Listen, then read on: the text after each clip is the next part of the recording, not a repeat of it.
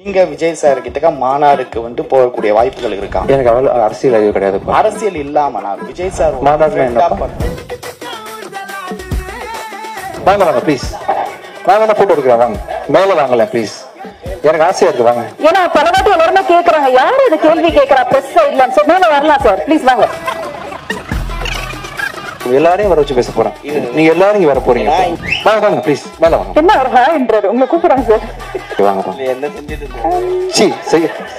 தம்பி நான் செய்யற மாதிரியா இருக்கு, எவ்வளவு அன்பா பழகுறேன், என்ன அன்பா பேசிட்டு இருக்கேன். பெண்களுக்கு அந்த இது இல்ல, பாதுகாப்பு இல்லன்றாங்க.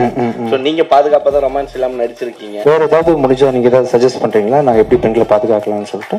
அது நீங்க தான் முடிவு பண்ணணும். இல்ல தம்பி, நீங்களும் ஒரு ஆம்பளை தானே,